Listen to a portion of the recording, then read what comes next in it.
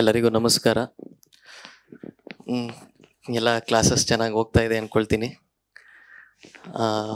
ಏನಿಲ್ಲ, just enjoy ಮಾಡಿ journey. ನಂದು ಫಸ್ಟ್ 2 ಅಟೆಂಪ್ಟ್ಸಲ್ಲಿ ತುಂಬ ಕಾಂಪ್ಲಿಕೇಟೆಡ್ ಮಾಡ್ಕೊಂಡಿದ್ದೆ ಜರ್ನಿ. ಸೊ ಫಸ್ಟ್ 2 ಅಟೆಂಪ್ಟ್ಸಲ್ಲಿ ಪ್ರಿಲಿಮ್ಸೇ ಕ್ಲಿಯರ್ ಆಗಲ್ಲ. ಸೊ ಕೊನೆಗೆ ಸೆಕೆಂಡ್ ಪ್ರಿಲಿಮ್ಸ್ ಕ್ಲಿಯರ್ ಆಗದೆ ಇದ್ದಾಗ ಗೊತ್ತಾಗುತ್ತೆ this exam is very simple, ನಾವು ಇದನ್ನು ಕಾಂಪ್ಲಿಕೇಟ್ ಮಾಡ್ಕೊಂಡಿದ್ದೀವಿ ಅಂತ. ಸೊ ಜರ್ನಿನ ಎಂಜಾಯ್ ಮಾಡಿ, ಮೊದಲು ಬೇಸಿಕ್ ಕಾನ್ಸೆಪ್ಚುವಲ್ ಕ್ಲಾರಿಟಿ ತೊಗೊಳ್ಳಿ. ಸೊ ಪೇಷನ್ಸ್ ಇರಲಿ, ಜಾಸ್ತಿ ಆತರ ಪಡಬೇಡಿ, ಬೇಗ ಕ್ಲಿಯರ್ ಮಾಡ್ಕೊಂಡು ಹೋಗ್ಬಿಡ್ಬೇಕು ಅಂತ.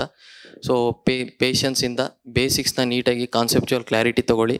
ಅದಾದಮೇಲೆ ಜರ್ನಿನ ಎಲ್ಲದಕ್ಕಿಂತ ಹೆಚ್ಚಾಗಿ ಎಂಜಾಯ್ ಮಾಡಿ. So you have to enjoy this journey. ಯಾಕಂದರೆ ಈ ಜರ್ನಿ ಮಿನಿಮಮ್ 2 to 3 years ಬೇಕೇ ಬೇಕು ಅಂತ ನಿಮಗೂ ಗೊತ್ತು. ಸೊ ಯಾಕಂದರೆ ಲಾಂಗ್ ಜರ್ನಿ ಇರೋದ್ರಿಂದ ಸೊ ಮೆಂಟಲಿ ತುಂಬ ಸ್ಟ್ರಾಂಗ್ ಆಗಿರಬೇಕಾಗುತ್ತೆ, ಯಾವುದೇ ಡಿಸ್ಟ್ರಾಕ್ಷನ್ಸ್ಗೆ ಒಳಗಾಗಬಾರ್ದು.